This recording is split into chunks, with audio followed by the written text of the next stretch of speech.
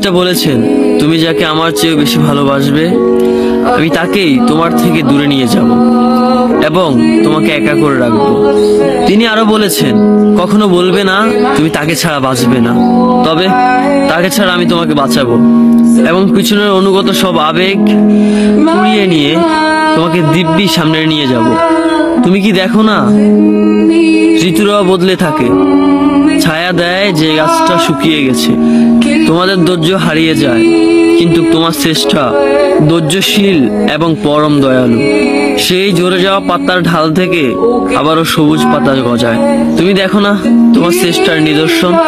যে মানুষটাকে তুমি নিজের অংশ ভাবতে, সেই মানুষটাও একদিন অচেনা হয়ে যায়, তোমার মন ভেঙে যায়। এমনকি তোমার বিশ্বস্ত বন্ধুরাও স্বার্থ পুড়িয়ে যাওয়ার পর বিশ্বাসঘাতকে পরিণত হয়। তুমি কি তা দেখো না? যে মানুষটাকে নিজের জীবনের চেয়েও বেশি ভালোবাসতে, সে মানুষটাও প্রতারণা করে। তবে তুমি কেন চেষ্টার বিমুখ হয়ে মানুষকে ভরসা করো? অদ্ভুত এই পৃথিবীতে যখন তুমি ভাবো এটা হবে না কখনোই, কিন্তু কিছুক্ষণ পর সেটাই হয়। সেটাই হবার নয় কি?